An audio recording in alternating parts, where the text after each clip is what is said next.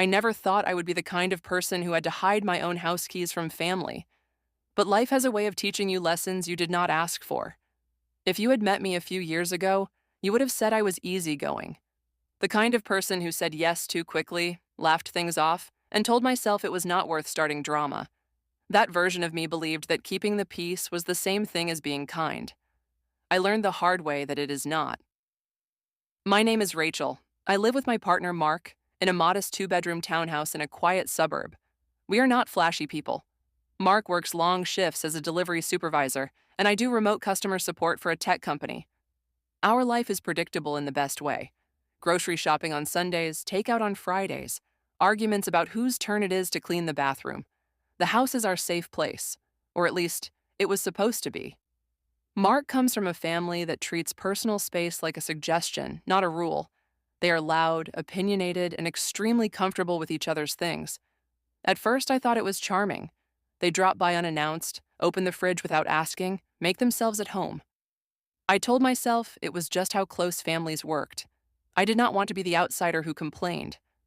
The first time his sister Emily crossed a real line, it seemed small. She borrowed our spare bedroom for a short stay after a breakup. That short stay turned into 6 weeks. She rearranged the furniture because it flowed better, criticized how I stocked the pantry, and invited friends over without telling us. When I gently brought it up, she laughed and said I was too sensitive. Mark apologized, promised it was temporary, and I let it go. That was my mistake. Over time, Emily started acting like our house was her backup plan. She kept a bag of clothes here. She knew where we kept important documents. She even had a copy of our spare key, which Mark had given her just in case, before we even lived together. I did not love that, but I told myself I was overthinking. Then came Thanksgiving.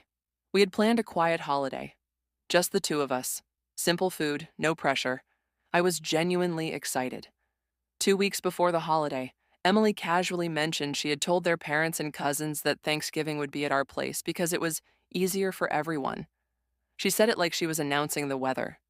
I laughed at first because I thought she was joking. She was not. When I told her that was not happening, she looked genuinely confused.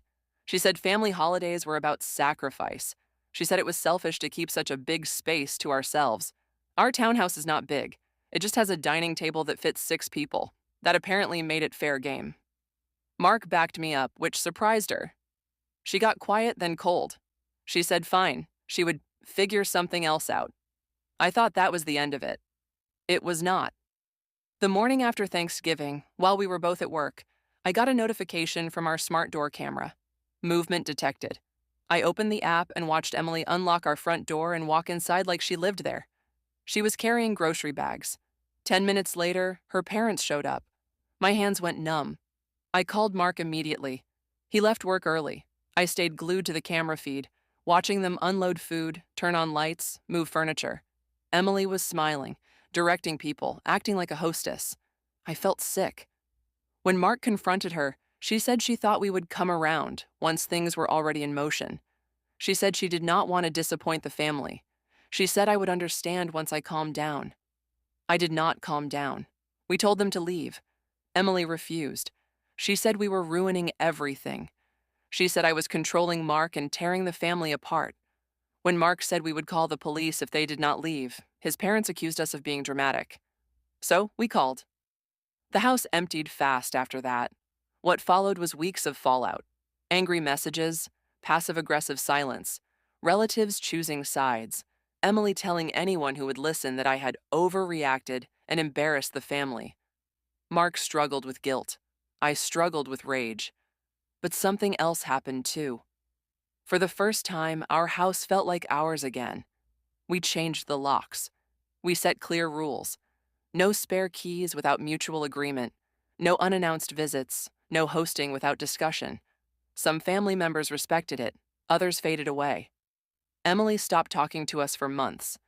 When she finally did, it was not an apology. It was a cautious truce. She no longer assumed access. She no longer treated our home like a resource she could tap into whenever she felt like it. Thanksgiving came again the next year. We cooked together, just us. We ate slowly, we laughed, we did not rush. When the dishes were done, we sat on the couch and watched a movie, surrounded by silence instead of obligation. That night, Mark looked at me and said, I didn't realize how much we were giving up just to keep everyone else comfortable. Neither did I. I used to think boundaries were walls.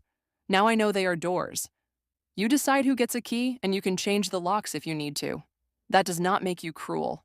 It makes you safe. And if someone gets angry because they can no longer walk into your life uninvited, that tells you everything you need to know.